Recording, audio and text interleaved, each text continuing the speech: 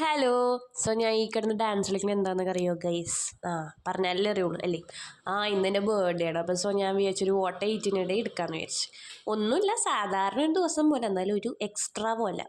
അപ്പോൾ രാവിലെ തന്നെ നമ്മൾ 11 മണിക്ക് എഴുന്നേറ്റ് വന്നതുകൊണ്ട് തന്നെ ഗോതമ്പ് ദോശ ഉരുളക്കിഴങ്ങ് കൂടി കഴിച്ച് കുറേ വെള്ളം കുടിച്ചു കഴിച്ചു. നമ്മൾ കുറേ വെള്ളം കുടിക്കണം. ഈ കുപ്പി എനിക്ക് അനുമേടിച്ച് തന്നാണ്.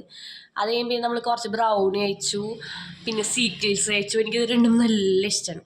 എന്നിട്ട് നമ്മൾ ഉച്ചയായപ്പോഴേക്കും ഞാൻ പറഞ്ഞു എനിക്ക് ഊണ് മേടിച്ചു തന്നു വെച്ചപ്പോൾ അമ്മ ഊണ് മേടിച്ചു തന്നു.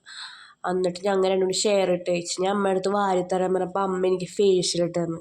നമ്മളെല്ലാ അമ്മമാരും അങ്ങനെയൊക്കെ തന്നെ ആയിരിക്കുള്ളൂ. നമ്മൾ നല്ലതായിട്ട് ഇങ്ങനെ ഉരുട്ടി മിനി ആനയൂട്ടാണ് അവിടെ നടന്നുകൊണ്ടിരുന്നത് ഗൈസ്. സോ നമ്മൾ ഫുഡൊക്കെ കഴിച്ച് പിന്നെ കിടന്നു പറയും. ഇപ്പം ഞാൻ എൻ്റെ അടുത്ത് ബോർഡിലാണിക്കാൻ പറഞ്ഞത്. അതിന് പിങ്കും എനിക്ക് ബ്ലാക്കുമാണ്. നമ്മൾ ഇടയ്ക്കിടയ്ക്ക് വെള്ളം കുടിച്ചുകൊണ്ടിരിക്കണം, അത് നല്ലതാണ്. അത് കഴിയുമ്പോഴേക്കും നമ്മൾ രാത്രി കഴിപ്പിക്കും ചോറും ഉരുളക്കിഴങ്ങറിയും അതെന്തത് തക്കാളിക്കറിയായിരുന്നു ഗൈസ്. അത് രണ്ടും നമ്മൾ കഴിച്ചായിരുന്നു.